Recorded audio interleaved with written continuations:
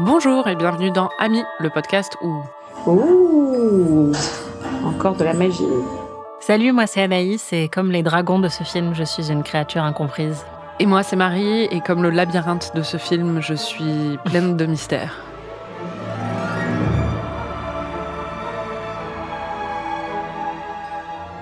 Aujourd'hui, on a enfin trouvé un film Harry Potter qui a suscité plus qu'un acquiescement poli chez toi, mais dans celui-là, vraiment, t'étais très enthousiaste. Stylé, vos gosses arrivent.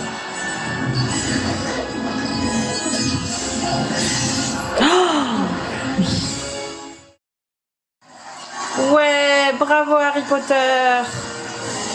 T'as bien mérité d'être le héros de ces films. C'est vraiment bien, hein. Franchement, c'est bien filmé et tout. Waouh. J'ai l'impression que tous ces extraits sont dans la même scène, ceci dit. Non, je crois pas. C'est un film qui est sorti en 2005, réalisé par Mike Newell. Donc, Alfonso Cuarón n'a pas été renouvelé pour le 4e. On va écouter notre rapport au film et l'intro. Enfin, on va... Vraiment. On va écouter l'intro. HP4 intro. Point WAV. Je suis fatiguée. Ah, putain. On va écouter ce qu'on savait du film mutuellement et ce dont on se souvenait, notre rapport au film. Voilà. Anaïs, comme d'habitude, tu ne te souviens de rien Comme d'habitude, je ne me souviens de rien. sur la coupe de feu? Oui, bah je sais que c'est les JO des sorciers, un peu. Mais ça veut dire quoi? Bah ça veut dire qu'il y a plusieurs écoles étrangères qui viennent faire un tournoi à Poudlard. Et il y a des épreuves. Ouais. Et il y a du Quidditch, mais il n'y a pas que ça. Je crois qu'il y a des dragons. Il n'y a pas de Quidditch. Il n'y a pas des trucs avec des balais.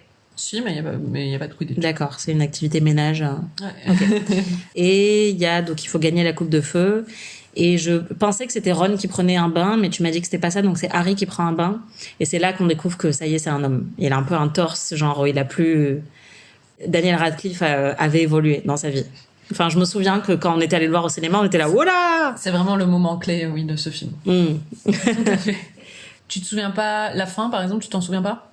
Non, c'est Gryffondor qui gagne. Waouh. Ah non, c'est Poudlard.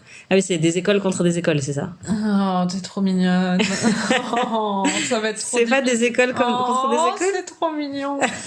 Quoi. Bah, si. Ah si, je sais qu'il y a Cédric Diggory, donc il y a Robert Pattinson, c'est ça. Ouais. Et il y a Fleur de la Cour, qui est, comment elle s'appelle, Poésie. Clémence Poésie, voilà, qui est très jolie. Et le début, tu te souviens pas de ce qu'il y a avant qu'ils arrivent à l'école? Ah, ni le début, ni la fin, ni le milieu. Avant qu'ils arrivent à l'école, non, il doit encore y avoir un passage chiant avec les Dursley, ou avec les Weasley, ou avec une autre famille qui finit par les... Je sais pas. Ok. Eh ben, Voilà. on va voir ça tout de suite. Trop bien. 2h37 de pur bonheur. Franchement, ouais.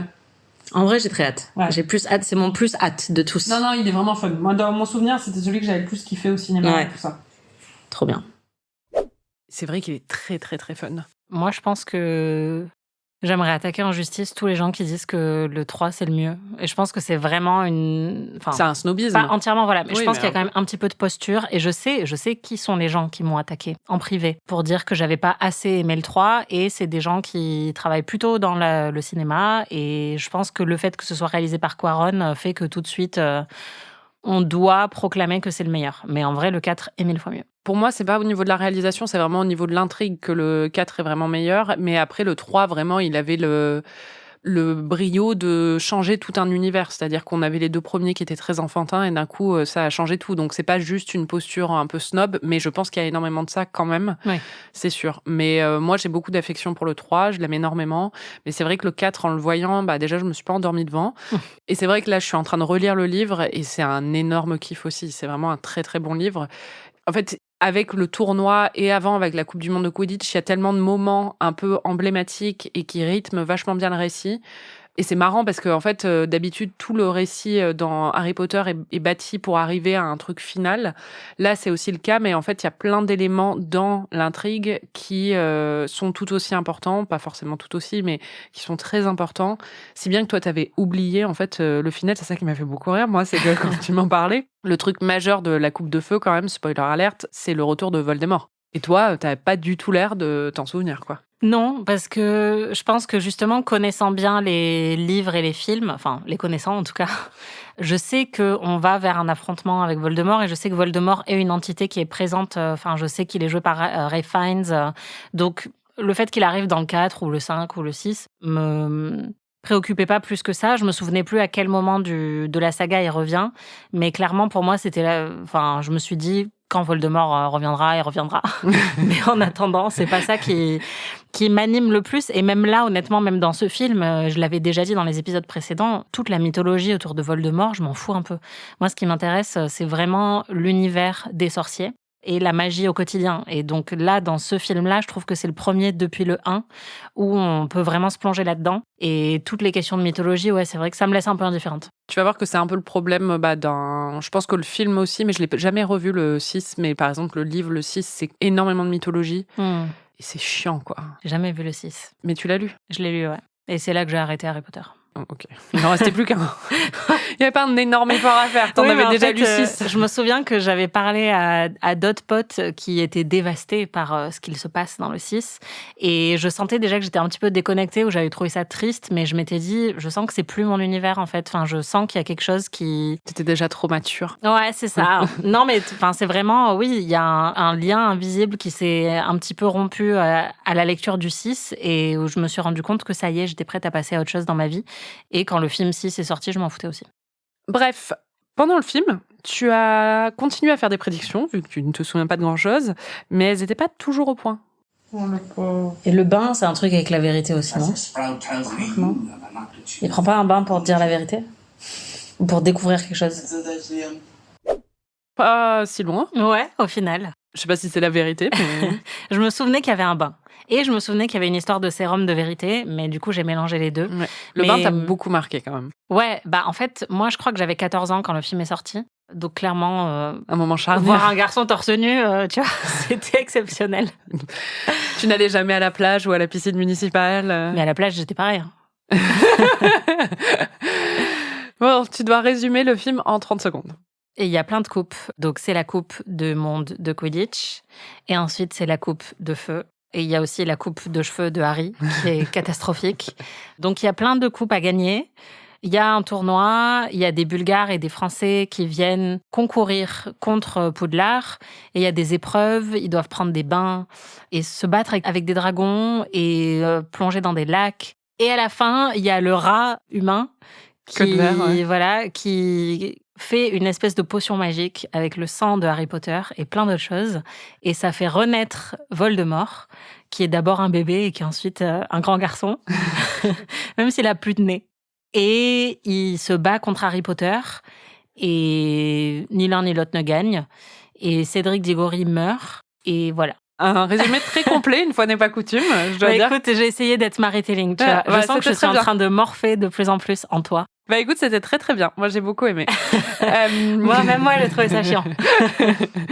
Ah oui, la coupe de cheveux de Harry. Moi, j'avoue que c'était un des trucs que j'aimais bien dans le film parce que c'est une coupe de cheveux moche, mais Harry est censé avoir les cheveux tout le temps ébouriffés en fait dans les livres. Et c'est toujours quelque chose qui m'a un peu crispée dans l'adaptation. C'est vraiment un détail, mais pour moi, ça n'en est pas vraiment un. C'est tellement intense. Je trouvais qu'il était toujours beaucoup trop bien coiffé. Enfin, par exemple, dans les premiers films où il a une sorte de coupe au bol toute lisse, alors que le principe d'Harry, c'est vraiment qu'il a les cheveux tout le temps en l'air et que c'est même une source. Ses cheveux, ils sont presque magiques parce que quand... Non, mais c'est vrai, parce que Pétunia Dursley les avait rasés à un moment parce qu'elle en avait marre qu'il ait les cheveux comme ça. Et le lendemain matin, ils avaient repoussé à l'identique. C'était trop bien. C'était un des moments magiques de son enfance où il s'était rendu compte qu'il y avait un truc qui était un peu chelou chez lui. Voilà, bon, bref, c'est des choix d'adaptation, mais je trouve que c'est dommage. Et je trouve que dans ce film-là, ils ont bien retranscrit ça. Il a beaucoup de cheveux et ça ressemble à rien. Donc c'est bien. Petit point capillaire de Marie.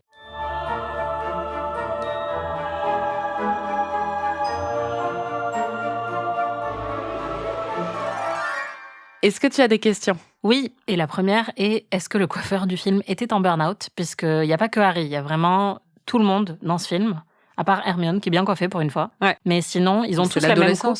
Ouais, mais à l'adolescence, tu connais les coiffeurs quand même aussi. Ouais, mais parfois... Je sais pas, là, ils ont vraiment tous la même coupe qu'on avait à la fin du confinement, en fait. Où est Lupin? Il me manque. Je sais pas, il doit être dans une forêt quelque part. Oh. Et Buckbeak, il est où? Il est avec Sirius. Et il est où, Sirius? Alors, Sirius... Dans la cheminée.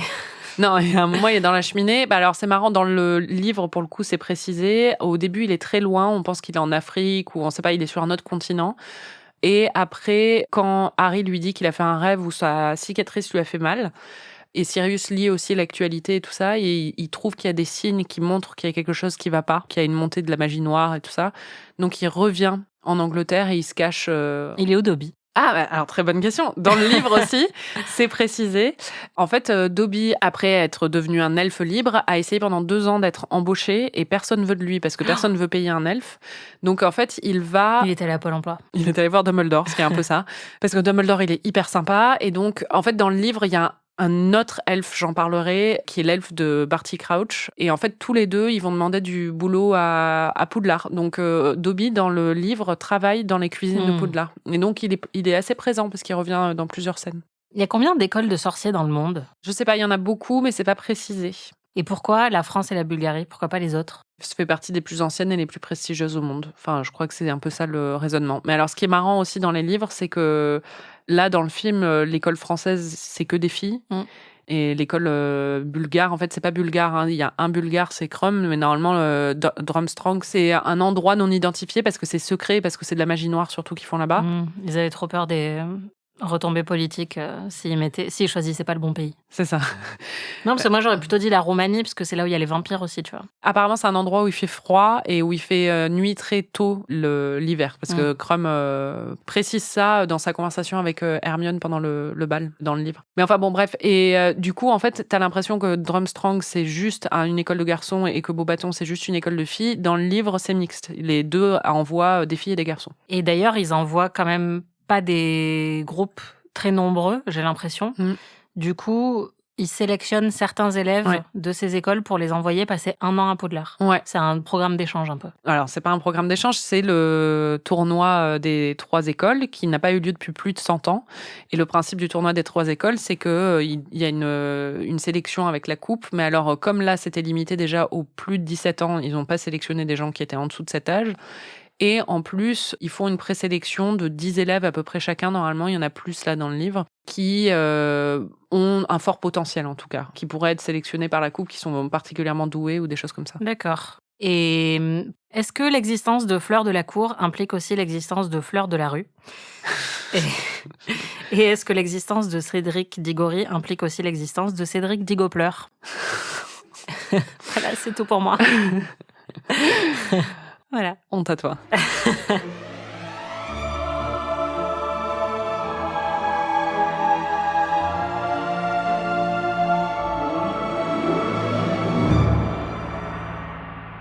On en a déjà un peu parlé, mais c'est vrai que tu as beaucoup plus aimé ce film que les précédents. Qu'est-ce que tu en as pensé, en gros ? Je trouve que c'est un film vraiment très très fun. Je pense qu'avec le 1, c'est celui que j'ai préféré pour l'instant.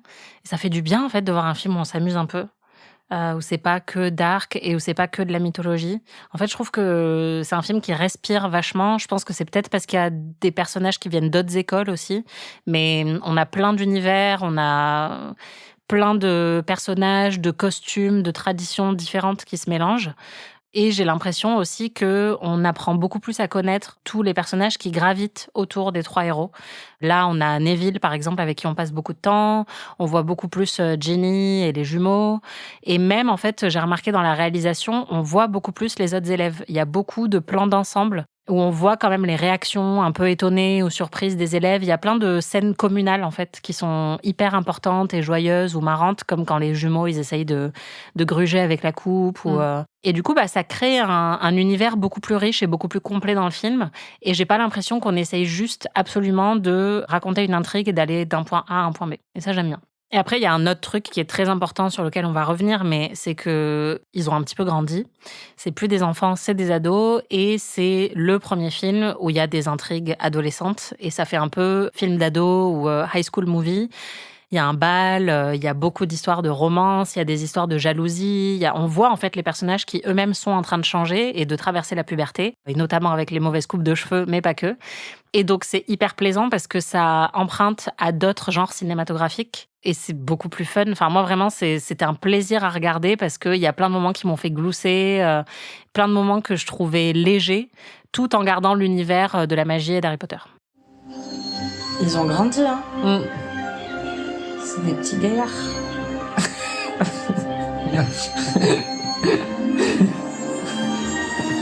Ok, Corinne. On va parler des écoles. Du coup, il y a 3 écoles. Donc, il y a Poudlard et il y a 2 autres écoles. Comment est-ce que tu décrirais Beauxbatons, l'école française, donc? C'est des filles françaises qui ont des jolies robes en soie.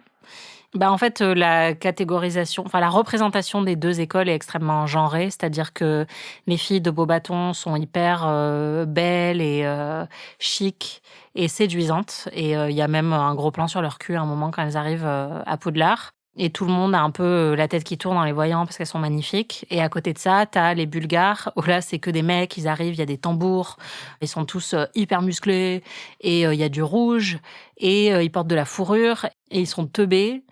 Et c'est vraiment, c'est très caricatural en fait. Donc il y a d'un côté la virilité un peu poussée à l'extrême, la masculinité poussée à l'extrême des Bulgares, et la délicatesse et la douceur des Françaises. Alors c'est marrant parce que dans le livre, du coup, les 2 écoles sont mixtes, donc il y a moins cet aspect-là. Il y a le côté un peu à la dure de Drumstrong, mais c'est plus défini par son côté magie noire que son côté masculin. Et après, par contre, Beauxbatons, ils n'ont pas de toute façon les introductions où ils se mettent à danser ou des trucs comme ça c'est pas dans le livre. Mais par contre, Beauxbatons, ils sont définis par le fait que c'est des connards de français, quoi. C'est-à-dire que Fleur, dans le livre, elle fait que se plaindre. Elle dit que la déco est moche, elle dit que la bouffe est dégueulasse, elle dit que eux, à Beauxbatons, la nourriture est tellement meilleure. Donc elle est un peu insupportable et très hautaine.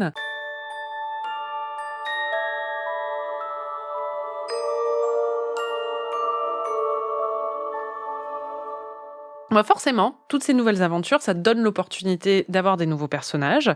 Il y en a un qui n'a rien à voir avec les 2 écoles. C'est le nouveau prof de défense contre les forces du mal. Il s'appelle Alastor Maugrey. Maugrey Folleuil, Mad-Eye Moody en anglais. Et il est joué par Brendan Gleeson, qui est un acteur irlandais très très connu, qui était dans The Banshees of Inisherin, par exemple, et qui est le père de l'acteur qui va jouer Bill plus tard.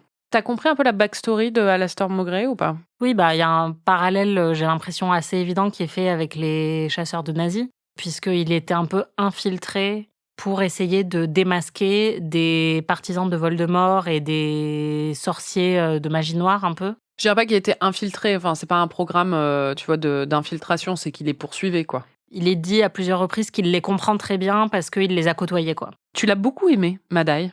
En fait, j'adore tous les profs de défense contre les forces du mal. Anaïs, t'en as adoré 2. T'as adoré Lupin et lui.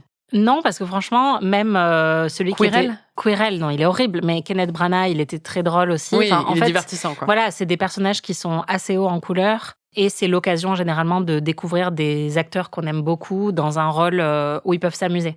Et là, Brendan Gleeson, c'est vraiment ça. Et c'est sûr que je l'aime moins que Lupin. Mais il est quand même hyper divertissant parce que lui aussi, il a un côté un peu punk, en fait. Un peu rock'n'roll où il arrive, il est tout le temps en train de boire dans une fiole et on ne comprend pas tout de suite pourquoi. Enfin, moi, j'ai pas tout de suite compris pourquoi. Mais il a un côté très sombre que je trouvais divertissant avant de me rendre compte qu'il était vraiment trop sombre. Il y a un moment quand même qui est dans le livre aussi où Mad-Eye transforme Malfoy en belette. C'est génial. Et c'est un grand, grand moment. Trop bien. Trop bien.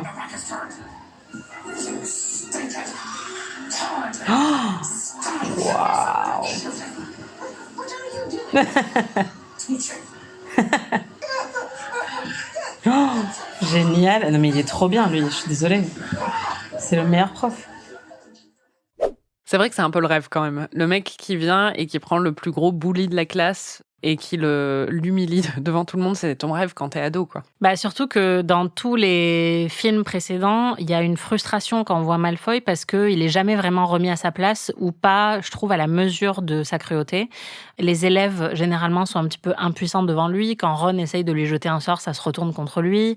T'as Hermione qui lui met un petit pain, mais en fait, ça passe très vite. Et là, il est face à quelqu'un qui est beaucoup plus puissant que lui et qui, en plus, est dans un rôle d'autorité. Donc, il ne doit absolument pas faire ça. C'est interdit. Donc, il y a un côté très subversif parce que c'est un adulte qui s'en prend à un enfant de manière hyper méchante. Et c'est très divertissant et ça fait vraiment plaisir de voir Malfoy enfin avoir la monnaie de sa pièce. Maugrey Folleuil, Mad-Eye Moody, en fait, c'est pas lui-même, c'est un ancien mange-mort qui s'est transformé pour avoir accès à Harry et le faire participer au tournoi pour l'emmener jusqu'à la rencontre avec Voldemort. Il y a un autre personnage qui arrive aussi, qui s'appelle Barty Crouch, qui est un membre du ministère, qui est joué par Roger Lloyd Pack. T'as pensé quoi de lui ? En fait, c'est très bien fait parce que, moi, n'ayant pas tes pouvoirs de déduction, je suis complètement tombée dans le panneau du film, alors que c'est vrai qu'en le revoyant, c'est assez obvious, mais les deux personnages sont introduits de manière assez rapprochée, lui et Moody. Et les deux ont un côté un petit peu sombre, mais tout de suite, on a l'impression que Moody, il est du côté de Harry Potter et que justement, derrière son côté un peu rustre, ça va être un personnage sympa comme Lupin. Alors que lui, Barty Crouch, le choix esthétique de sa coupe de cheveux et de sa moustache évoque clairement les nazis. Il a un côté un peu faible, un peu falot, il a une petite voix. Il est désagréable en fait à regarder et à écouter. Et il a un côté très suiveur des règles, mais de manière un petit peu méprisable. Et donc moi, ça m'a tout de suite évoqué, je vais partir sur Hannah Arendt, tu vois, mais genre vraiment le petit fonctionnaire, tu vois, nasillon qui suit les consignes du ministère sans vraiment réfléchir à pourquoi il les applique et qui peut avoir un côté un peu sombre et qui pourrait travailler du mauvais côté. Et en fait, clairement, le film veut qu'on croie ça pour nous noyer le poisson et pour pas qu'on se rende compte qu'en fait, la vraie menace, c'est Moody qui est un peu plus rock'n'roll et plus divertissant. Or, on se rend compte à la fin, lors de la révélation, que non, Barty Crouch, il est sympa. Son fils, lui, pour le coup, est pas sympa du tout. Et que Moody, en tout cas celui qu'on a vu, qui n'est pas vraiment Moody, est pas sympa. Et ça, je trouve que c'est très bien fait parce que j'y ai cru pendant tout le film et je me suis pas méfiée du bon personnage. Mais comme ça, j'aurais tendance à dire qu'il est gentil. Et le moustachu, je me méfie de lui, là. Non, clairement, c'est le mec du ministère qui a mis le nom de Harry Potter dans la coupe parce qu'il est mal intentionné et qui veut que Harry Potter soit éliminé parce qu'en fait, il est du côté de Voldemort. Parce que c'est lui qui a dit « Oh non, on peut vraiment pas faire autrement, c'est la règle, c'est un contrat. » Mais en fait, je me disais, je pense que le moustachu, il a été remplacé, en fait. Il y a quelqu'un qui lui ressemble. Par quelqu'un qui a pris son apparence, non ? Quel moustachu ? Le Barty, là. Mais du coup, il est mort. Il est mort ou il est juste inconscient ? Ah non, il est mort, là. Ah, d'accord.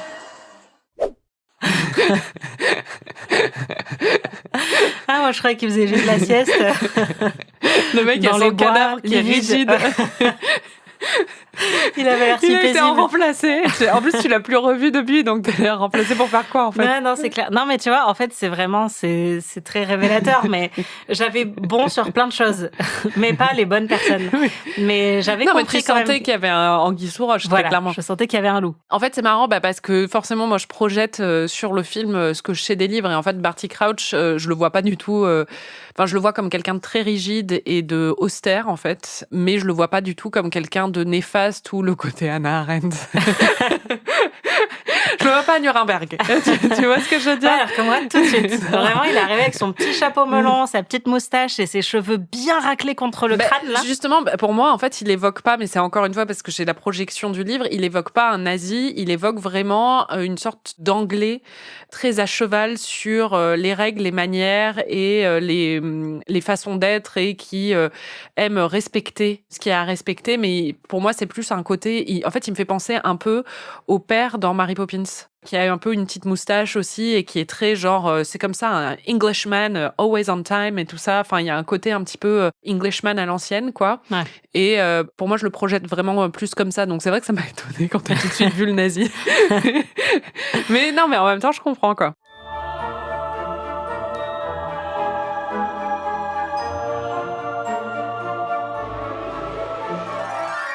Il y a son fils, tu le disais, donc son fils qui, en fait, est là tout le film sans qu'on s'en rende compte, puisque en fait, c'est la personne qui a fait une Polyjuice Potion pour se transformer en Maugrey Folleuil. Et lui, en fait, il est joué par un acteur qu'on connaît bien. Oui, par Dr. Key. Doctor Who, voilà, par David Tennant, qui joue aussi dans Broadchurch et dans plein d'autres films et séries. Et t'as été très contente de le voir. C'est David Tennant ? Que des BG dans ce film. Je sais pas de quel autre BG tu parlais. Moi non plus. Mais en tout cas, moi j'adore cette intrigue parce qu'en fait, dedans, il a une espèce de tic où il tire tout le temps la langue. Et en fait, c'est hyper satisfaisant quand tu revois le film parce que tu vois un peu tous les moments où c'est placé et tous les moments où tu peux comprendre qu'en fait, c'est pas Maugrey Folleuil, mais c'est lui. Et tu vois le moment où justement son père prend conscience de ça. Tu l'avais pas saisi sur le moment parce que forcément, c'est très rapide et assez discret. Mais quand tu connais, c'est bien fait, je trouve. Oui, parce qu'en fait, il a une manière de se lécher un peu la lèvre. Il tire la langue comme un serpent, quoi. Et au moment où c'est censé être révélé, tu m'as dit, t'as vu? Et j'étais là, non, j'ai pas vu, quoi. Qu'est-ce qui se passe? Je suis vraiment trop teubée, quoi.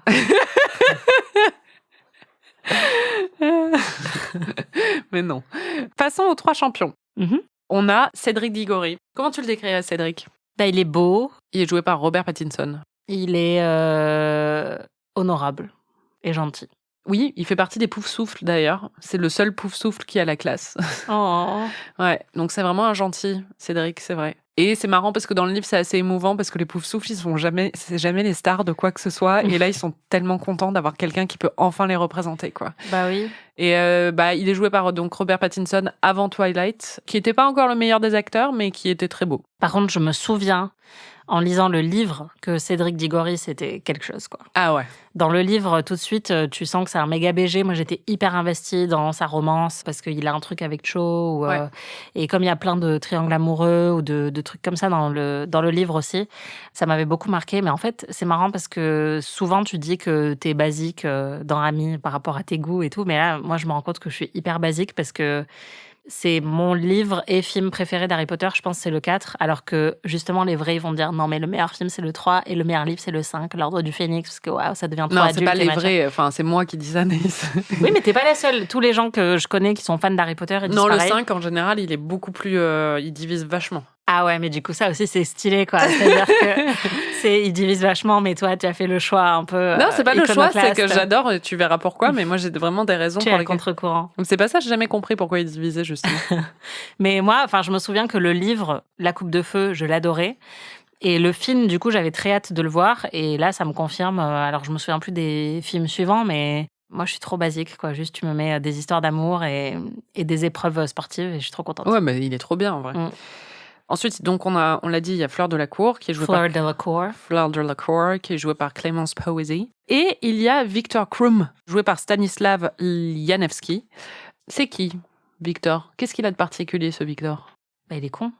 Non, mais on le découvre dans quelles circonstances? Ah, il joue du Quidditch. Oui, c'est le plus grand attrapeur de Quidditch de toute la planète. Non, mais je me souvenais du truc le plus important concernant Victor. Ah oui, je me souviens un peu de lui. Tu te souviens quoi de son sujet? Il est con, non?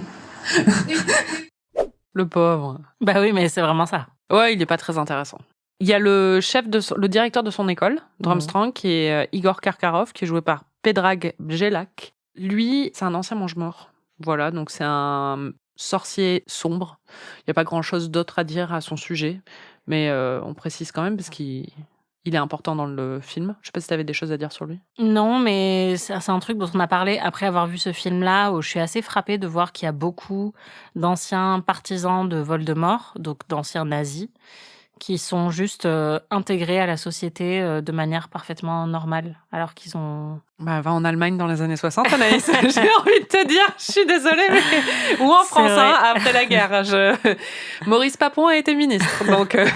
Non, c'est vrai, je suis trop naïve, en fait. Je suis trop pure. Ouais. Et ça me choque. Parce que tout le monde le sait, mais non, ouais. C'est un classique. Ouais, c'est ça, et ils sont vraiment acceptés, quoi. Oui, non, mais bon, c'est aussi... J'aimerais qu'on voit un peu plus la gêne peut-être de Dumbledore, ou tu vois, d'accueillir dans son école un mec qui est ancien mange-mort, qui a été en procès, qui est un... Ça, clairement, dans le livre, c'est plus présent. C'est-à-dire que, par exemple, Sirius a une théorie sur le fait que si Dumbledore a recruté Maugrey Folleuil cette année-là, c'est pour pouvoir avoir un ancien Aurore qui peut un peu garder un œil sur tout ça, parce que Karkarov va être présent, quoi. Côté Beauxbatons, on a Madame Maxime, qui est une géante, comme Hagrid, une demi-géante. Elle est jouée par Française Delatour. T'as des choses à dire sur elle? Non, elle m'a beaucoup fait rire quand elle dit professeur Dumbledore. Non, c'est quoi? C'est professeur... Dumbledore. Dumbledore. Professeur Dumbledore. Elle est marrante. Et la plus importante, selon moi, Rita Skeeter, qui est jouée par Miranda Richardson. Décris-la moi un peu. C'est une journaliste aux méthodes assez peu rigoureuses, qui ne passerait vraiment pas en école de journalisme. Ouais, mais qui passerait peut-être au Daily Mail. Je pense que c'est très clairement le... Elle est inspirée assez clairement par Hedda Hopper, qui était une grande journaliste de ragot pendant l'âge d'or d'Hollywood, qui était très connue pour porter des chapeaux très extravagants, qui avait été actrice à ses débuts et donc qui connaissait très bien les dessous d'Hollywood et qui écrivait donc une chronique de ragot. Et elle était très influente et terrifiante pour les stars parce qu'elle sortait vraiment parfois des rumeurs totales, mais aussi parfois de très grosses coupes. C'est aussi elle qui a soutenu John Crawford pendant sa campagne pour les Oscars à l'époque où elle avait été complètement rejetée d'Hollywood. Donc c'était une journaliste qui était très crainte, mais dont les méthodes peu déontologiques ont été représentées énormément dans la pop culture depuis. Et donc tout de suite, quand je l'ai vue avec sa tenue, elle est son petit chapeau, ouais. Mais ouais, Rita Skeeter, après, c'est assez marrant, justement. Elle a sa petite plume qui écrit toute seule et tout ça. Donc, moi, j'aime bien ce personnage et j'aime bien ces moments-là. Elle est horrible, très clairement. Ouais. Et elle va revenir et c'est toujours un personnage assez horrible dans la série. On sent l'influence d'Hedda Hopper, comme tu disais, mais on sent aussi tout le dégoût que les Britanniques peuvent avoir pour justement la presse tabloïde, quoi, qui a recule devant rien pour inventer ou pour manipuler la vérité, pour avoir des histoires qui vont vendre. Et puis, bien sûr, faut le dire quand même, c'est le retour de Voldemort. Tu l'avais oublié. Il est joué par Ralph Fiennes, qui... t'as eu une petite remarque sur Ralph Fiennes et ses choix de rôle. Tu sais qui joue Voldemort, tu t'en souviens ou pas? Bah oui, c'est Ralph Fiennes.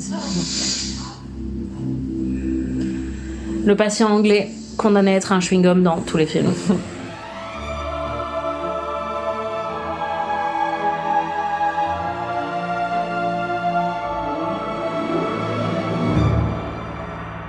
Bon, l'enjeu principal, c'est le tournoi des 3 sorciers et la coupe de feu. La coupe de feu qui a une limite d'âge de 17 ans. Mais tu savais quand même que Harry allait participer. Donc tu t'es demandé, il n'a que 14 ans dans ce film, tu t'es demandé ce qui pouvait bien se passer.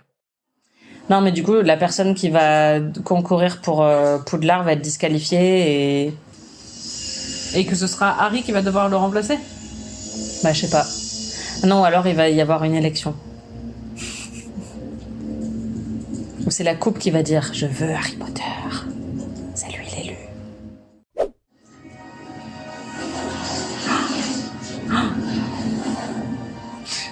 T'as l'air hyper investi. Mais ouais.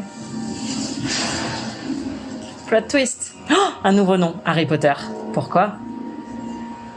C'est le Bulgare. Ou alors ils veulent nous faire croire que c'est le Bulgare. C'est un red herring.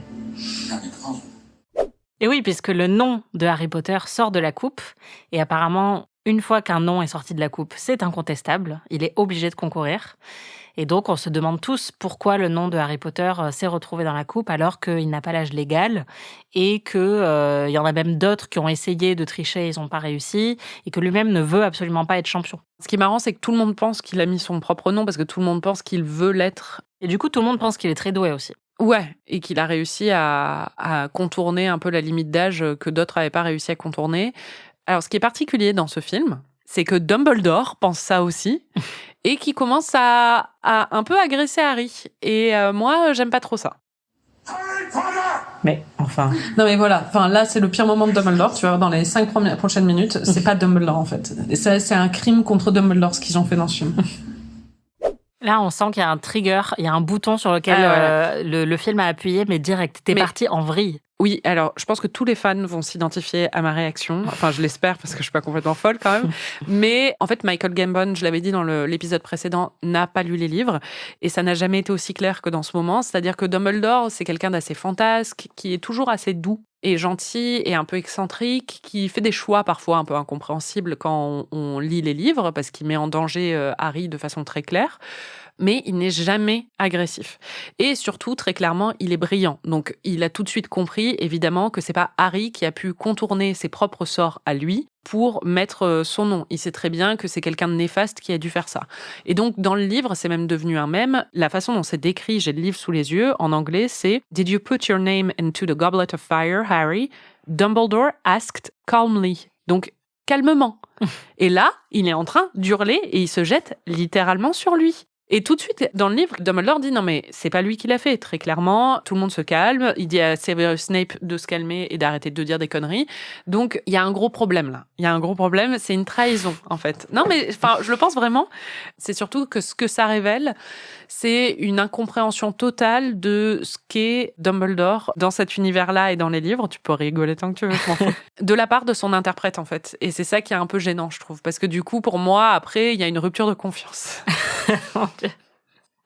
Il faut un cap clair, c'est ça que tu veux dire sur Dumbledore. Exactement, il faut un cap clair. On va pas refaire la NUPES là. Je compatis et j'ai beaucoup de compassion pour toi et je vois que t'en as gros sur la patate. Merci. Bah moi je trouve que c'est intéressant de faire des choix d'adaptation aussi et en vrai un acteur déjà n'est pas tenu de lire le livre qui est adapté. En fait il est surtout tenu de lire un scénario et le scénario a peut-être écrit qu'il devait réagir agressivement. Enfin tu vois, on sait pas. Mais désolé non. En fait, si dans le scénario, il y a écrit « Demande-t-il calmement à Harry ?» c'est sûr que là, je me poserais peut-être des questions sur Michael Gambon et à quel point il voulait foutre la merde, tu vois.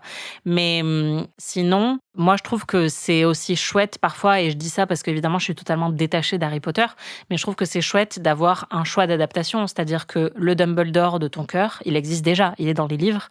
Et donc là, pourquoi pas avoir une autre proposition sur Dumbledore ? Absolument pas. Alors là, vraiment, je vais te dire, tu as tort et j'ai raison. Et on va en rester là. D'accord, Marie. Parce que vraiment, je sens que là... le Dumbledore de mon cœur, il est dans les livres. Le Dumbledore de mon cœur, il devrait être partout.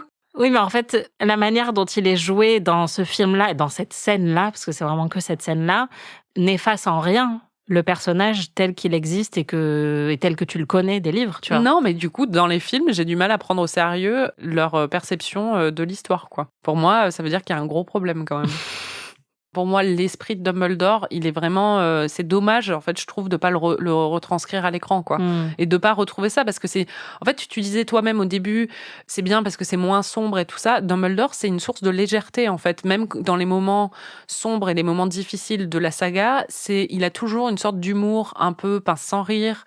Il a des moments un peu d'excentricité. Il a un enthousiasme pour plein de trucs. C'est un sage très vieux qui a énormément vécu, qui a plus de connaissances que n'importe qui, mais qui a une sorte d'humilité, même s'il a totalement conscience de sa supériorité intellectuelle et en termes de talent et tout ça, il a une humilité à travers justement son humour et à travers justement son amusement et tout ça. Et là, non seulement tu perds le côté léger, même si c'est pas forcément dans cette scène, c'est une scène qui est sérieuse et tout ça, mais tu perds son côté doux et tu perds aussi son côté brillant parce que ça veut dire qu'il est con s'il pense vraiment que c'est Harry qui a pu...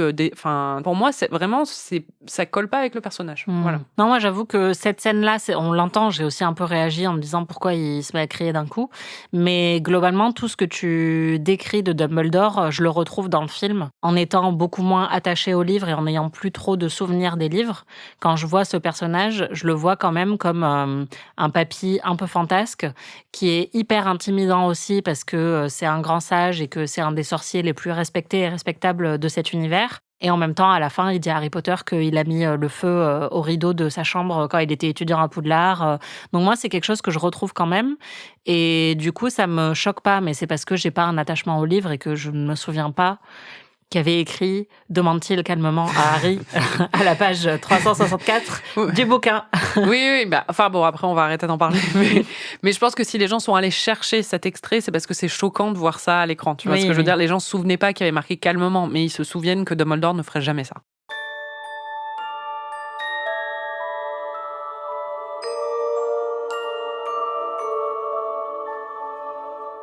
Bon, il faut qu'on parle des tensions entre Ron et Harry.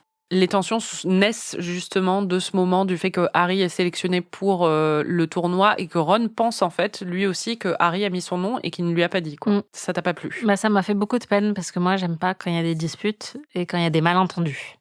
Je crois que tout le monde l'aura bien compris, j'aime pas les quiproquos et j'aime pas les malentendus et je comprends pas pourquoi dans beaucoup d'œuvres de fiction les personnages ne disent pas juste ce que n'importe quelle personne dirait à ce moment-là, c'est-à-dire tu sais, c'est pas moi qui ai mis mon nom dans la coupe, hop, c'est réglé. Quand les personnages n'arrivent pas à communiquer, ça me frustre énormément et ça m'angoisse. C'est une angoisse profonde pour moi. Mais là, tu vois, dis, j'ai pas mis mon nom. J'ai pas mis mon nom. Ouvre ta bouche. Je déteste ça. J'aime pas.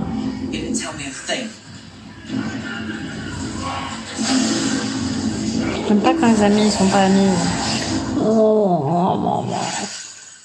Anaïs, dans chacun de ces épisodes, tu fais un petit point sur la réalisation. Tu nous donnes ton œil un peu de critique avertie. L'impression. Qu'est-ce que tu as à dire sur ce film-là ? On m'avait beaucoup parlé du 3 et c'est vrai que le 3, il y a une unité visuelle qui est très prononcée, c'est-à-dire que c'est un film qui est tout le temps sombre, le 3, et qui est très gothique, il y a tout le temps de la pluie qui est en train de tomber, il y a une menace un peu omniprésente. Là, moi, j'ai vraiment été très réceptive à la réalisation du 4 parce que je trouve que c'est un petit peu plus complet. Il y a quand même beaucoup de pluie et on sent qu'on est en train de progresser dans un univers de plus en plus sombre qui n'existait pas du tout dans les premiers films. Et en même temps, quand on regarde le film et quand on le re-regarde, je trouve que le truc qui ressort le plus, c'est une notion de dualité. C'est-à-dire qu'il y a beaucoup de scènes, déjà, où on a l'écran qui est souvent divisé en deux visuellement, avec une partie qui est très chaude et une partie qui est très froide, dans les décors ou dans les tenues. Et si vous y prêtez attention, vous verrez qu'il y a beaucoup de plans où il y a que 2 personnages à l'écran. En fait, c'est un film de duo, quasiment tout le temps. D'ailleurs, on va en reparler, mais il y a tous les duos romantiques. Et je pense que ça montre aussi la division qu'il y a entre les 3 personnages principaux, puisqu'ils sont quasiment jamais ensemble, tous les 3, dans le film, sauf dans le plan final, où ils sont tous les 3 en train de regarder les autres qui s'en vont, les sorciers étrangers. Mais sinon, ils sont vraiment divisés tout au sein du film, et donc on a beaucoup de scènes où on n'a que Ron et Harry, que Harry et Hermione, Ron et Hermione. Et d'ailleurs, c'est une dualité qu'on va retrouver dans l'opposition entre Voldemort et Harry à la fin. C'est que des duos et des duels. Et d'ailleurs, c'est marrant puisque Mike Newell, c'est aussi le réalisateur de 4 mariages et un enterrement. Et je pense que le talent qu'il a pour la comédie romantique se retrouve aussi ici. Et ça se retrouve dans la manière dont il filme l'alchimie à chaque fois de 2 personnages, que ce soit Harry et Cho ou Ron et Hermione. Et donc tout ça, c'est retranscrit visuellement, à la fois dans la manière dont il place les personnages, ou donc ils sont tout le temps que 2 par 2, et aussi vraiment dans les codes visuels. Et moi, j'ai trouvé ça très plaisant, c'est-à-dire que la scène où Ron et Harry se disputent, par exemple, dans le dortoir, il pleut dehors, donc il y a cette atmosphère très sombre de l'extérieur qu'on avait déjà dans le 3, mais à l'intérieur, ils sont dans ce cocon un petit peu de sécurité, avec le feu de la cheminée, les tentures, un peu des lits, et moi, j'ai trouvé ça vachement plus plaisant, du coup, que le 3, parce qu'il y a quand même toujours une menace qui rôde un petit peu, mais il y a beaucoup plus de moments où le film respire et où on a ces décors un petit peu réconfortants de Poudlard. Et je trouve aussi que les décors en fait de ce film-là sont assez impressionnants et hyper variés parce que on a tous les lieux du tournoi. Donc on a la salle avec le bain, on a le lac, on a le truc avec les dragons qui est tourné dans une montagne. Enfin tout ça c'est magnifique et c'est marrant parce que j'ai lu que pour préparer le film, il avait revu beaucoup de vieux thrillers parano et notamment North by Northwest, La mort aux trousses de Hitchcock. Et c'est marrant parce que ces 2 films sont assez éloignés quand même, je pense. Mais moi, un des trucs qui me reste le plus de La mort aux trousses, c'est les décors. C'est vraiment évidemment la scène dans le désert sur la route avec l'avion, mais aussi le train ou la grande maison à la fin qui est suspendue au Mont Rushmore. Et là, c'est exactement pareil dans ce film. Après l'avoir vu, quand j'y repensais, ce qui me revenait le plus visuellement en tête, c'était les décors. C'était vraiment ces plans hyper larges où on voit les gradins et tous les élèves qui sont en train de supporter les personnages qui sont en train de concourir, la grande horloge au-dessus du lac. Enfin, je trouve que c'est vraiment des moments qui sont magnifiques parce qu'il y a une vraie ampleur et c'est ce dont je parlais dans le film 2 où je disais qu'il y avait 0 notion d'échelle et d'ampleur. Et par exemple, la scène avec le dragon, là, elle est super bien faite, contrairement à la scène avec le gros serpent dans le 2 où on disait que le découpage était absolument naze et qu'il y avait aucun suspense. Là, c'est juste, ça reste fonctionnel, hein, c'est pas, on va pas faire croire que c'est le film le mieux réalisé de tous les temps, mais juste, c'est rythmé, enfin, ça fonctionne hyper bien, c'est épisodique et il y a des univers, ce que tu disais au début sur le fait que c'est très découpé en épreuves et en moments du film, c'est aussi retranscrit visuellement où en fait chaque moment du film a une palette qui est hyper identifiable et ça reste vraiment en tête longtemps après. Donc pour moi, enfin pour l'instant, je trouve que c'est le plus réussi.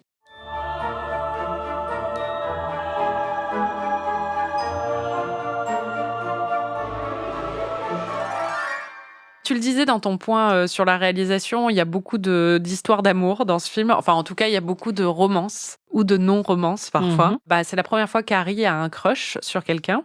Et c'est sur Cho Chang, à qui il demande d'aller au bal avec lui. Et en fait, elle a déjà dit oui à Cédric Diggory. Donc déjà qu'il y avait une petite rivalité avec Cédric, là, elle est amplifiée par cette histoire. C'est trop bien. Pour parler juste de Cho très vite, il y a eu un débat. Bon, c'est vrai qu'il n'y a pas beaucoup de diversité quand même dans les livres ou dans les films Harry Potter. Il y a un personnage noir, un personnage asiatique et des jumelles indiennes, mais c'est un peu toute la représentation qu'il y a. Il y a eu pas mal de recul qui ont été pris par rapport à cette œuvre qui a été adulée au fur et à mesure que J.K. Rowling sortait de plus en plus de conneries sur d'autres sujets. Forcément, il y a eu un recul de plus en plus. Cho Chang, ce qui a été critiqué, c'est quand même le fait qu'elle ait le nom le plus cliché du monde, c'est-à-dire qu'elle s'est dit je vais avoir un personnage asiatique et je vais l'appeler Cho Chang. Et il y a aussi 2 autres points, mais alors ça, c'est pas par rapport au livre, c'est Parvati et Padma Patil, donc les jumelles avec qui Harry et Ron vont au bal, ce qui a été vraiment critiqué par rapport au film et qui est devenu un peu un point récurrent en ligne par rapport à ce film, c'est leur sari, en fait, qui est vraiment un peu pitoyable. Alors qu'il y avait tellement de belles options à avoir au niveau des costumes. La costumière s'est vraiment pas foulée sur ce côté-là. En plus, leur sari est mal mis. Enfin, il y a vraiment plein d'aspects qui vont pas.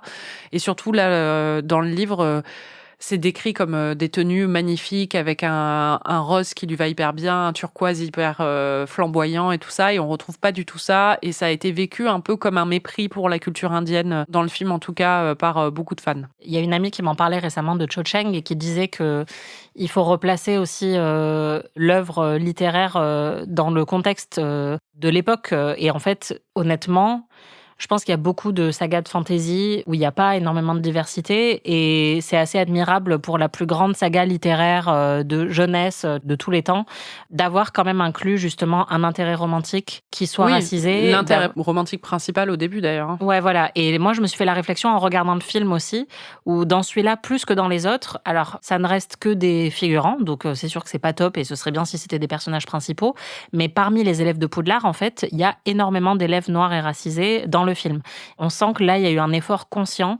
C'est sûr que c'est pas parfait et je pense que J.K. Rowling, qu'on n'a plus du tout envie de défendre à l'heure actuelle, mais il faut reconnaître que c'est quelque chose qui aurait aussi pu ne pas être fait. Oui, non, mais totalement. Dans les livres. Et je trouve ça assez chouette. Après, c'est sûr que sur le nom, elle aurait pu faire un effort.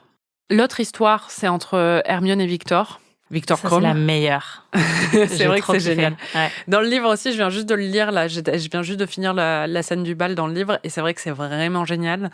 Parce que c'est un peu la revanche de Hermione, quoi. C'est ça. Déjà, elle est un peu considérée comme une bisu ou pas hyper séduisante, en fait. C'est la première de la classe, quoi. Donc, voilà, qui est crispante et que personne ne considère vraiment comme un intérêt romantique, même si depuis le 3, il y a des graines qui sont plantées entre Ron et Hermione. Et là, clairement, le mec le plus populaire, comme tu l'as dit, qui est une star du Quidditch, qui est un peu le mec que tout le monde convoite à Poudlard aussi, parce qu'il est magnifique, il est grand, il est musclé. Ouais, c'est surtout parce que c'est une star, parce qu'il est pas si magnifique. Oui, moi je le trouve pas magnifique, mais toutes les meufs sont en extase devant lui dans le film.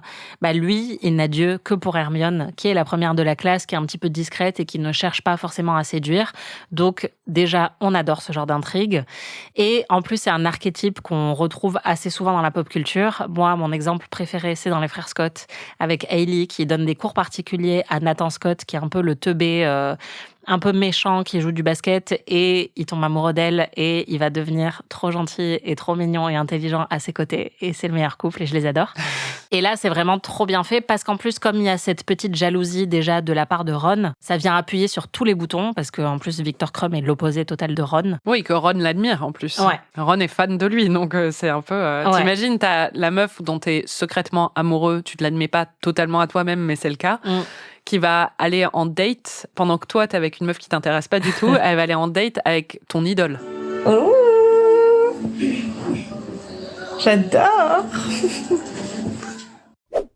Elle va débarquer avec Victor, vous allez tous fermer votre gueule.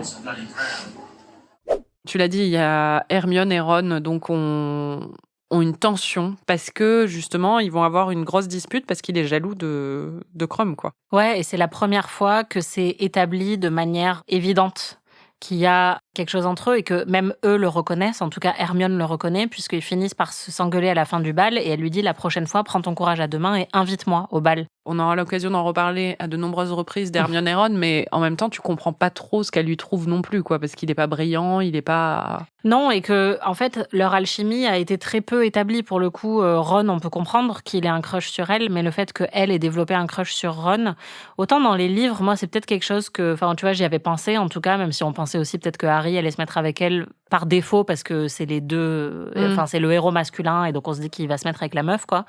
Mais là, dans les films, c'est sûr qu'on n'a pas trop établi ce que Hermione pourrait trouver à Ron. Ce qui établit leur tension dans les livres, c'est le fait qu'ils s'aiment pas au début. Parce que t'as ce cliché de, ils s'aiment pas, ça veut dire qu'ils s'aiment bien au fond, tu vois. Oui.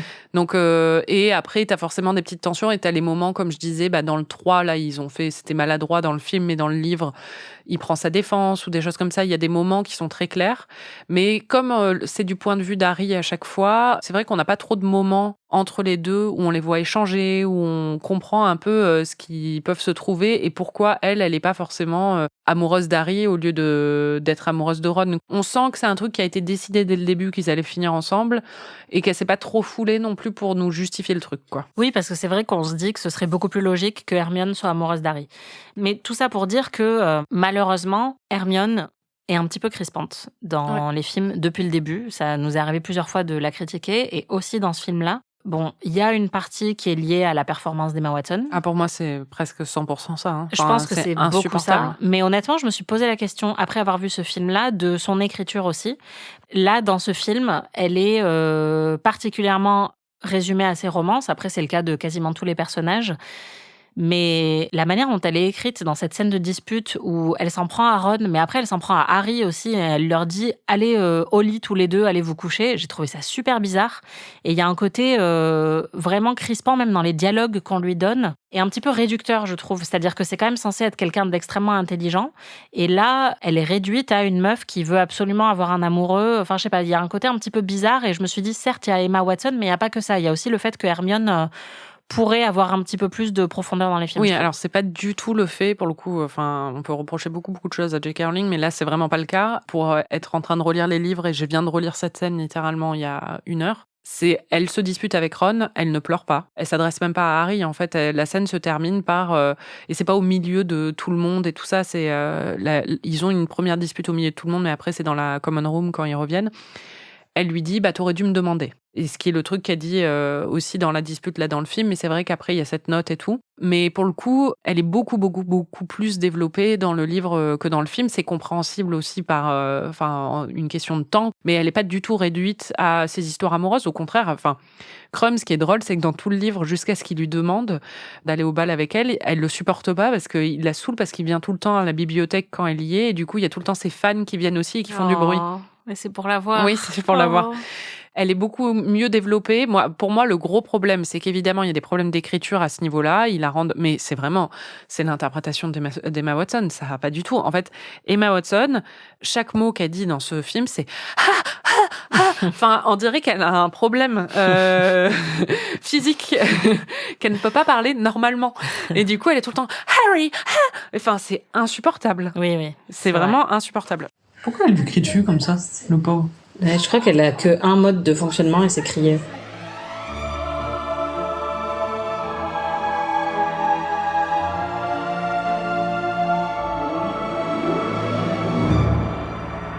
Outre ces histoires d'amour, le plus cool, c'est quand même les épreuves. Donc la première, il est face à un dragon. Ouais, alors là, t'as essayé de me faire deviner, mais encore une fois, avec une question hyper orientée.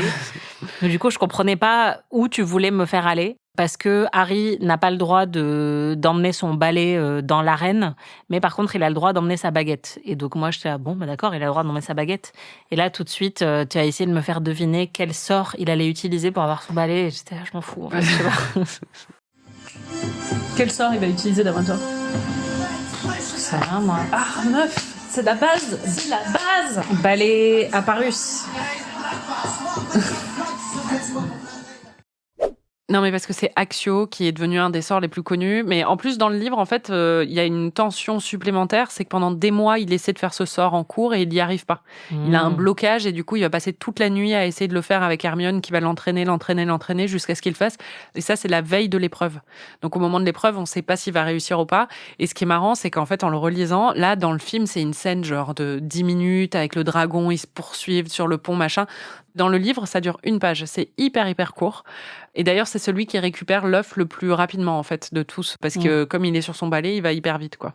Donc, mais en même temps, c'est bien. Enfin, dans le film, c'est une scène d'action. Donc, et la scène est bien faite, quoi. Ouais, les effets spéciaux sont très bons. C'est des effets spéciaux qui ont 20 ans. Et franchement, dans ces scènes-là, cette scène avec le dragon, on dirait qu'on est dans Game of Thrones, dans des épisodes qui sont sortis il y a 5 ans, quoi. Ouais, bah, ça devait être la même technologie. Hein.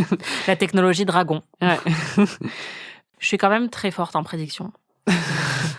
Puisqu'une fois qu'il a récupéré l'œuf, dans l'œuf, il y a un indice. Et je me souvenais d'un moment crucial, qui a un moment dans ce film et dans ce livre. Et donc tout de suite, je me suis dit, œuf plus eau chaude, œuf dur.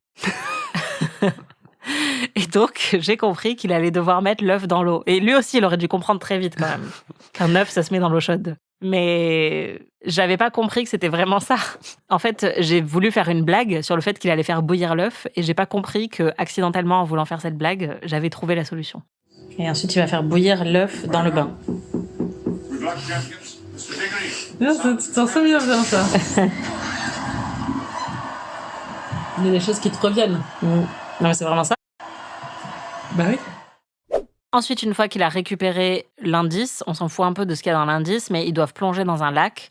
Moi, j'aimerais quand même soulever un truc. On va le dire là, mais Soulève-le. je comprends pas du tout, et c'est peut-être pareil dans les livres, mais pourquoi on nous met des gradins avec plein d'élèves pour assister à ces épreuves, parce que c'est des épreuves auxquelles on ne peut pas assister. Parce qu'en fait, le dragon et Harry Potter, ils vont à l'autre bout de la planète pour s'affronter. Donc, ils sont tous dans les gradins en train de faire « ouais », mais il y a personne. Bon, dans les livres, tu peux quand même voir, oui. Et ensuite, dans le lac, ils sont tous sous l'eau. Donc, t'as plein de gens qui sont dans les gradins et l'épreuve dure 1 heure.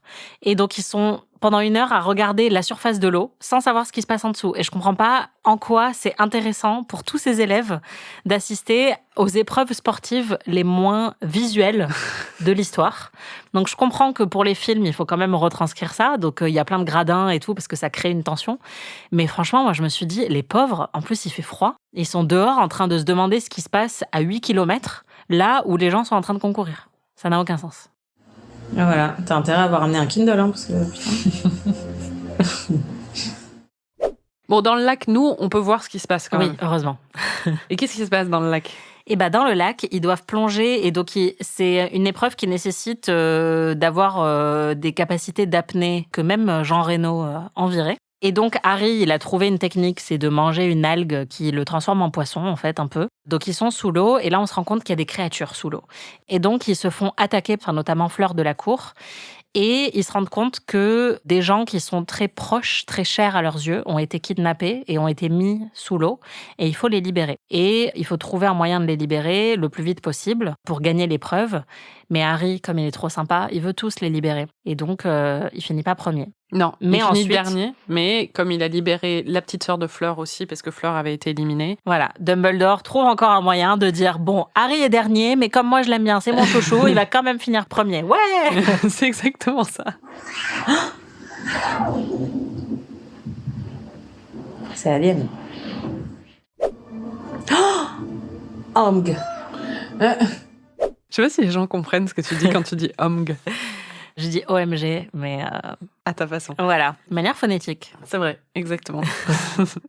Et ensuite, il y a le labyrinthe. Le labyrinthe qui est l'épreuve finale où il se retrouve dans un labyrinthe et au bout du labyrinthe, au cœur du labyrinthe, il y a la coupe de feu qui est un porte-qui. Porte-loin en français. Ce qui est marrant, c'est que j'avais pas du tout l'impression que tu aies vu venir la fin. Non, mais moi je vois rien venir. En fait, moi je me laisse porter. Oui, je sais. Mais là, quand même, en fait, du coup, t'as des petits signes à travers le film qu'il y a un truc qui mijote. Rien que le fait que le nom d'Harry ait été mis dans la coupe, tu te dis, on lui en veut pour quelque chose.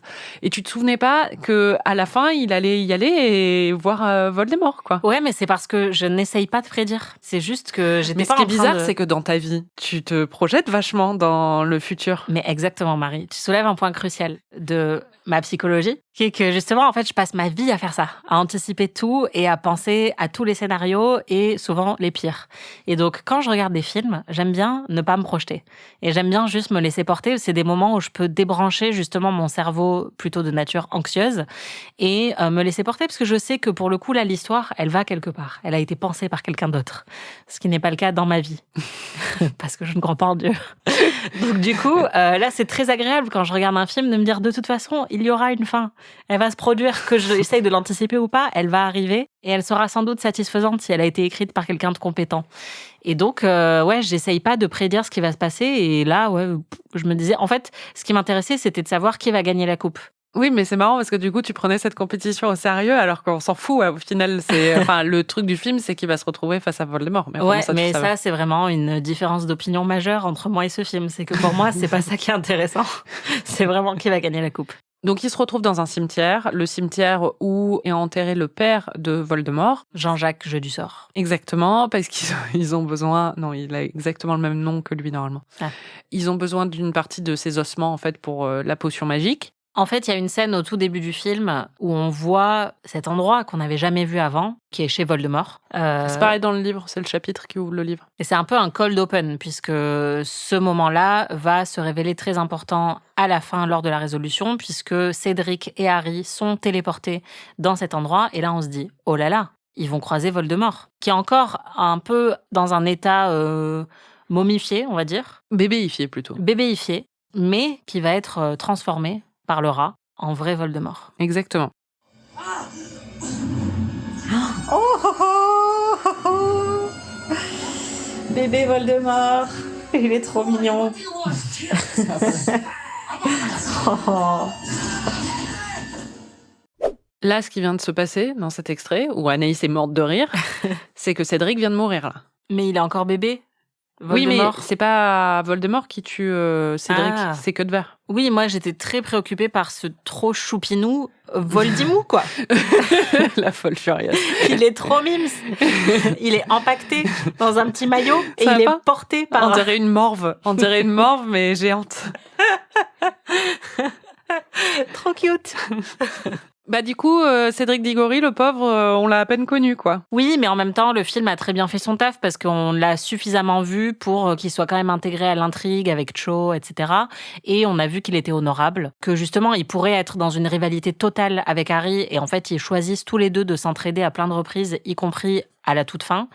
Et donc, oui, et en plus, c'est Robert Pattinson, donc on est hyper triste. Bon, donc Cédric est mort, et là, Voldemort est rené de ses cendres, tout ça. On n'a pas trop le temps de pleurer Cédric à ce moment-là, puisqu'il se passe plein de choses avec Voldemort. Et Voldemort et Harry se lancent dans un duel, et là, leurs baguettes sont connectées. T'avais plein de choses à dire sur ces moments. Et ça, ils vont pas le refaire à la fin ? Si, bah, à chaque fois, en fait, que leurs baguettes se croisent, il y a ça qui se produit, alors que normalement, c'est pas normal. C'est très Star Wars. Après, moi, j'aurais tellement honte de me faire bolosser par un gamin de 14 ans, quoi. Bah, je crois que c'est le cas, hein. C'est Dumbledore qui va venir le sauver ? C'est fou que tu te souviennes pas.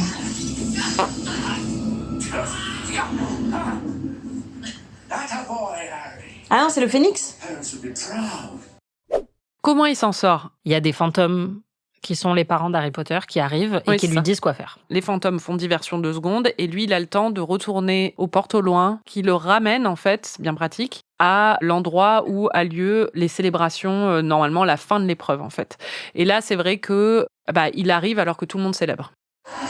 Non, c'est horrible, il est mort. Et cette scène-là est très bien faite puisque c'est le moment où Harry revient dans l'arène et donc tout le monde l'acclame parce qu'il a gagné la coupe et les gens ne se rendent pas compte tout de suite que Cédric est mort, mais Harry est revenu avec son cadavre et c'est exactement ce dont je parlais tout à l'heure sur la réalisation, c'est-à-dire qu'il y a un jeu de contraste permanent entre le chaud et le froid et là on a la musique de fête et la célébration et les applaudissements et en même temps on a Harry qui est en larmes parce qu'il tient dans ses bras le cadavre de son ami et son camarade. Donc c'est hyper bien fait. Je trouve que c'est une des meilleures scènes de la saga pour l'instant. Et ce qui est d'autant plus émouvant à ce moment-là, c'est qu'il y a le père de Cédric dans la foule, et on a déjà établi en fait dans le film, et c'est très établi aussi dans le livre, que le père Amos Diggory, le père de Cédric, est fou de son fils en fait. Il est complètement gaga de son fils, il adore, il est hyper fier de lui, ils ont une super relation et tout ça. Et en fait là, c'est le moment le plus déchirant de le voir prendre conscience que son fils est mort. Oui, parce qu'on le voit célébrer en plus au début. C'est vraiment très très dur. Et je m'étais fait la réflexion avant de voir ce film-là. Je m'étais dit, il y a aucun des films Harry Potter pour l'instant qui a suscité une vraie émotion chez moi. Et c'est quand même ce que j'attends quand je regarde un film. Je veux être émue d'une manière ou d'une autre. C'est un film qui devient plus adulte tout de suite parce qu'il y a une mort, mais c'est aussi juste enfin une scène qui prend le temps d'exposer des vrais enjeux émotionnels. Et c'est vraiment réussi, c'est très touchant. Et voilà, RIP Cédric.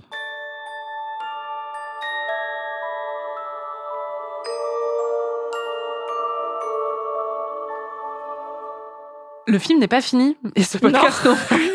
Ce podcast ne finira jamais. Il reste encore un rebondissement.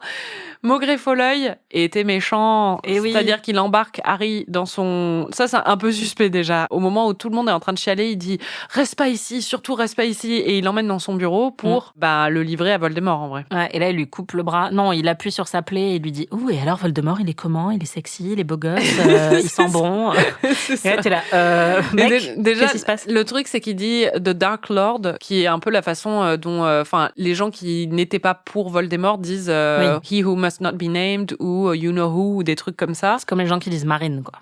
C'est ça. Et pas pour parler de Marine Tourdelier. Voilà. Si t'es sur une first name basis, c'est louche.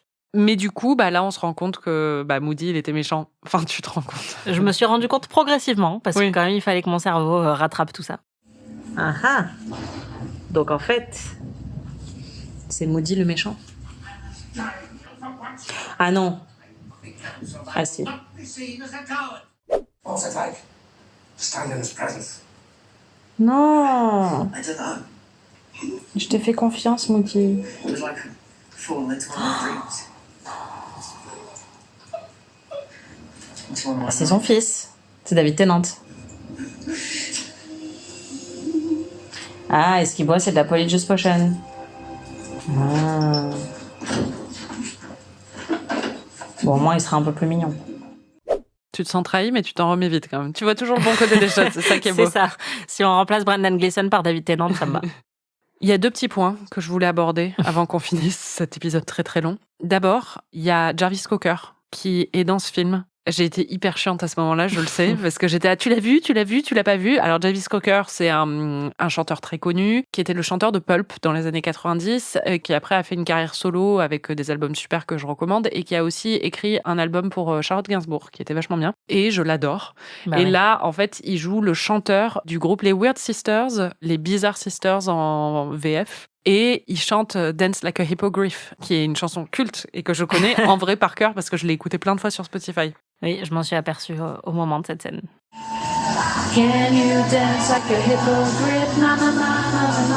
Ah ouais, putain. T'es vraiment deep, quoi. T'es deep dans la secte. Moi, ouais. Ce qui est marrant aussi, c'est que c'est le premier film dont la musique n'est pas faite par John Williams. Et en fait, j'ai beaucoup aimé la musique de ce film. Et je pense qu'il y a peut-être aussi de ça dans la respiration dont je parlais, c'est-à-dire que ça se déploie un petit peu. Il y a beaucoup... Attention à ce que tu dis là.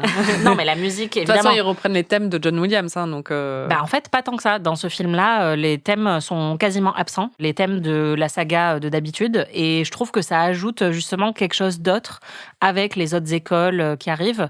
Et évidemment, le thème de John Williams, il est super.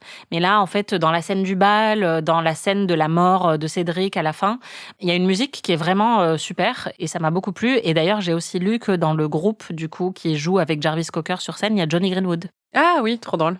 De Radiohead. Oui. Et qui a composé plein de musiques de films, en De Paul particulier, Thomas Anderson. en particulier pour Paul Thomas Anderson. Il y a une dernière chose dont je voulais juste parler avant qu'on boucle, c'est la pancine qu'on découvre là dans ce film, qui est donc un outil pour les sorciers pour un peu déverser leurs souvenirs, pour vider un peu leur esprit. Tu as adoré cet outil et tu m'as fait beaucoup, beaucoup rire.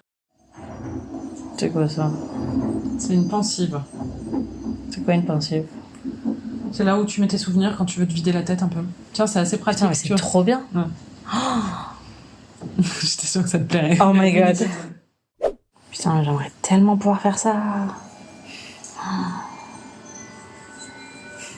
Oh là là. Et moi, il me faudrait une baignoire entière, quoi. Une piscine olympique. J'ai trop de choses dans la tête, Marie. Oh.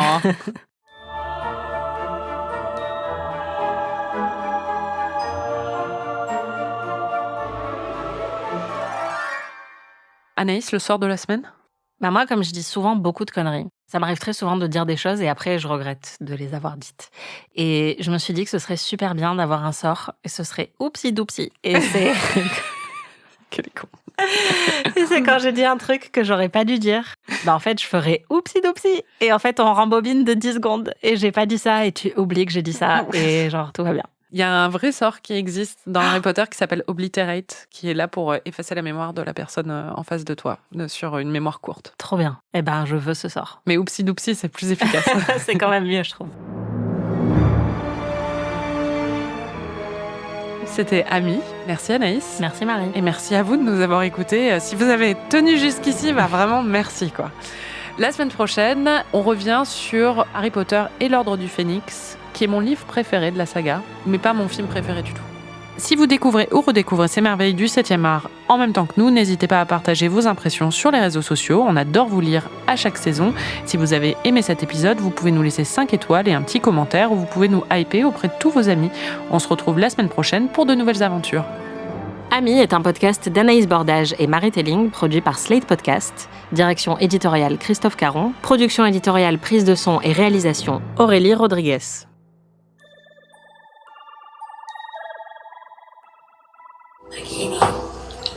Oui, j'avais oublié ça. Ça m'a toujours fait rire. De quoi qu'il a un gros s'appelle, serpent que les serpents s'appellent Nagui. Outside the door. Il en a marre qu'Harry soit la star. Je comprends, moi aussi. C'est quoi, c'est toi? Putain, il y a des chevaux qui volent maintenant. Il y a de rien du tout, hein. Oh, Sirius! Non, Non. c'est Igor Carter. Ah. J'ai vu un mec sale, je me suis dit... Everything's going to change now, isn't it? Voilà. Elle a perdu sa virginité ou pas? Il y a Voldemort qui est de retour. Ah oui, ça. Yes. T'avais oublié? Oui, c'est vrai, Voldemort. Et à la fin, Voldemort